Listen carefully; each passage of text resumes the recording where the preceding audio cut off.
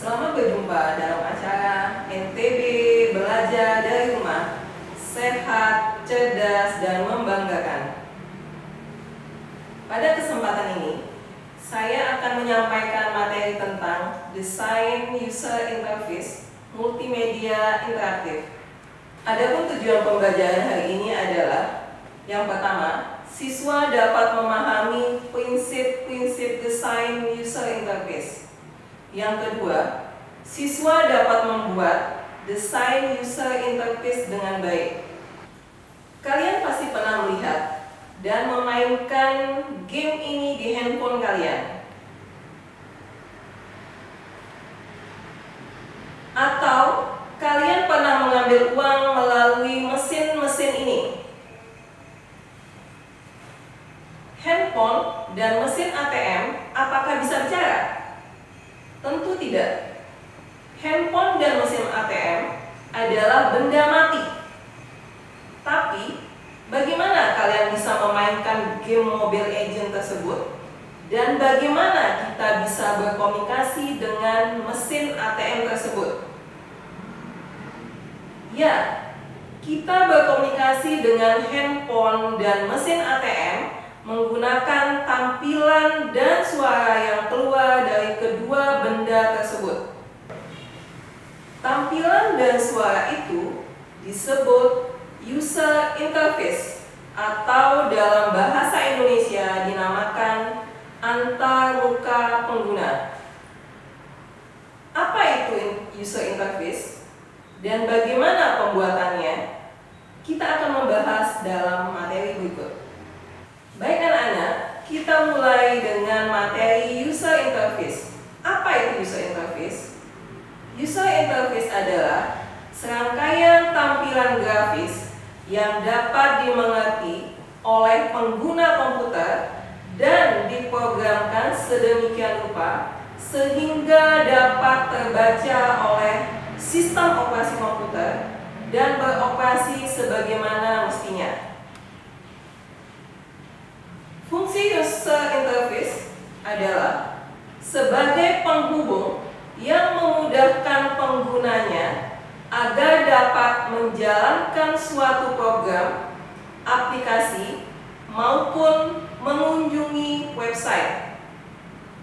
Adapun tujuan user interface untuk menjamin kemudahan penggunaan, aksesibilitas fitur, dan user experience yang memuaskan. Dengan kata lain, memudahkan pengguna menikmati semua fitur dan fungsi yang ditawarkan oleh sebuah produk digital. Kita lanjutkan ke materi komponen dan atau elemen user interface. Komponen elemen user interface yang pertama adalah tata letak, di mana penempatan atau pengaturan posisi semua elemen grafis tertata dengan baik sehingga mudah dilihat dan digunakan. Yang kedua, warna. Penggunaan warna yang berbeda untuk setiap tombol dan ikon memudahkan pengguna menemukan fitur yang dicari dan ingin digunakan. Yang ketiga, tipografi. Tipografi adalah huruf atau teks di situs online, aplikasi, game, atau alat digital. Tidak hanya mudah dibaca, tapi juga enak dilihat dan unik. Yang keempat adalah grafik. Grafik adalah elemen visual, terutama gambar dan ikon bisa menjadi poin utama, seperti logo perusahaan atau instansi. Ya, berikut contoh-contoh user interface. Yang pertama, ATM. Interface pada mesin ATM memudahkan penggunanya dalam hal menarik serta menyetor uang tunai mereka. User hanya perlu memasukkan kartu ATM, memasukkan PIN, dan nantinya akan muncul opsi yang bisa user pilih sesuka hati. Sekarang ini telah tersebar luas jenis ATM berbasis touchscreen, di mana pengguna menjadi jauh lebih mudah dalam melakukan transaksi uang tunai. Hal ini tentunya terobosan baru dan canggih dalam dunia user interface di bidang perbankan. Yang kedua, ETOL, Electronic Tolling Collection atau ETOL, merupakan desain user interface yang memudahkan kendaraan untuk memasuki gerbang tol dengan cepat dan efisien. Penggunanya hanya perlu membeli kartu, mengisi saldo, dan menempelkan kartu tersebut pada mesin e-tol ketika akan memasuki gerbang tol. Kecepatan dan efisiensi mesin tersebut bisa mempercepat proses keluar masuk pintu tol dengan kesalahan minimum. Baik, anak-anakku sekalian, kita sudah membahas tentang user interface beserta contoh-contohnya. Apakah kalian sudah paham? Baik, kalau kalian sudah paham, kita akan lanjutkan dengan bagaimana cara mendesain user interface. Sebelum kita masuk ke desain user interface, kita akan membahas definisi tentang desain user interface. Desain user interface atau disingkat dengan UI adalah proses membuat antarmuka dalam perangkat lunak atau perangkat yang terkomputerisasi dengan fokus pada penampilan atau gaya. Ya. Prinsip-prinsip pada pengembangan desain user interface yang pertama adalah prinsip compatibility. Di prinsip compatibility ini terdapat 4 prinsip. Yang pertama, product compatibility, di mana aplikasi perangkat lunak atau software yang dapat menjaga produk yang dihasilkan jauh lebih baik. Yang kedua, task compatibility, membantu para end user dalam menyelesaikan tugasnya, di mana semua pekerjaan beserta tugasnya dapat diadopsi pada aplikasi melalui penggunaan interface. Yang ketiga, user compatibility, antarmuka harus disesuaikan dengan end user yang memiliki karakter yang berbeda.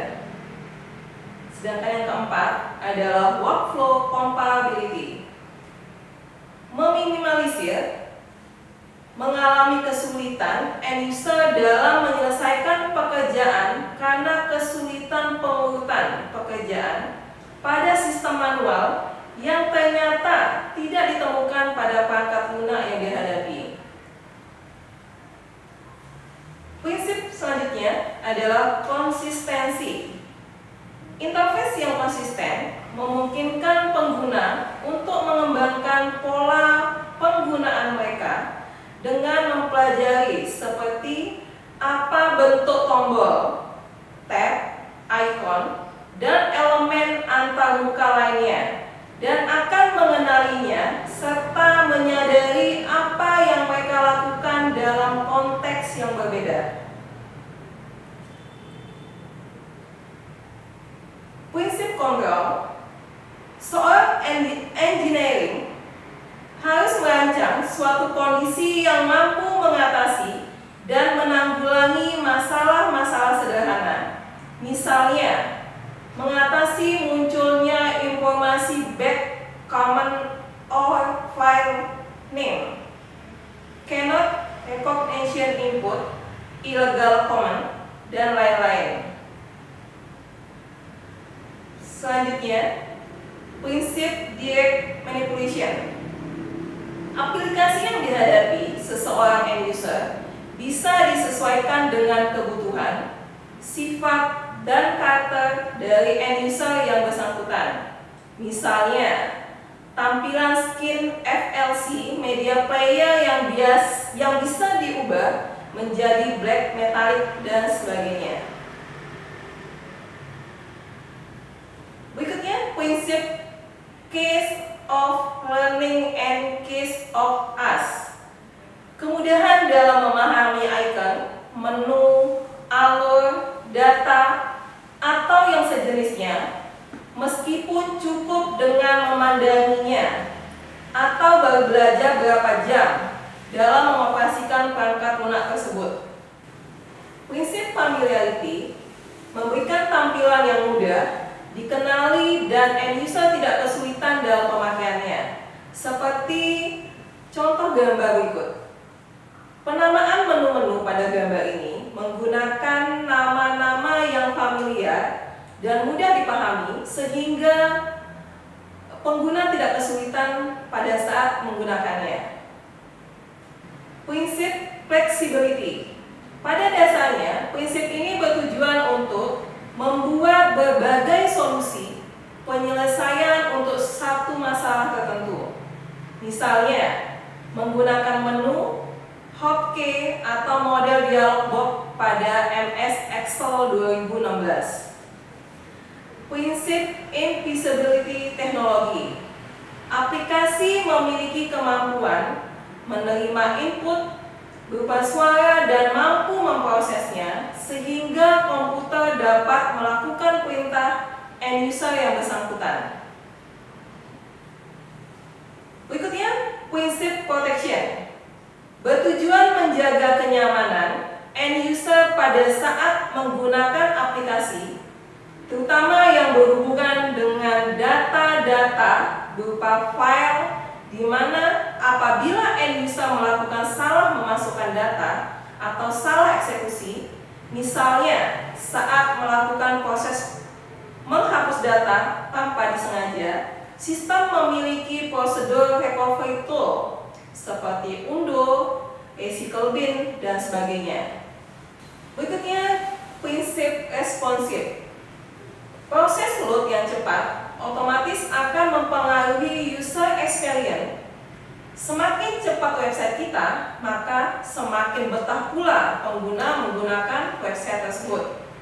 Selain itu, responsif juga berarti antarmuka memberikan beberapa bentuk feedback.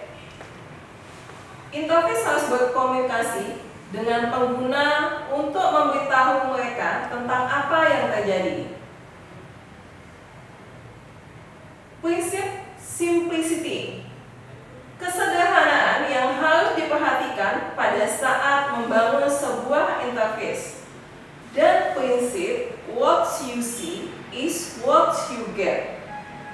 Merupakan informasi dari prinsip ini adalah apa yang dicari oleh end user, maka data yang didapatkan sesuai data yang dicari pada aplikasi sistem perangkat lunak. Selanjutnya, interaksi pengguna. Dalam interaksi pengguna, terdapat ada dua macam. Yang pertama, common line interface. Sistem interface berbasis tag, perintah program. Tampilannya hanya berupa teks saja dengan mayoritas background hitam. Dalam perintahnya, sedikit kesalahan penulisan coding dapat menyebabkan error. Maka dari itu, SLE hanya diperuntukkan bagi mereka yang sudah mengerti seluk-beluk bahasa pemrograman.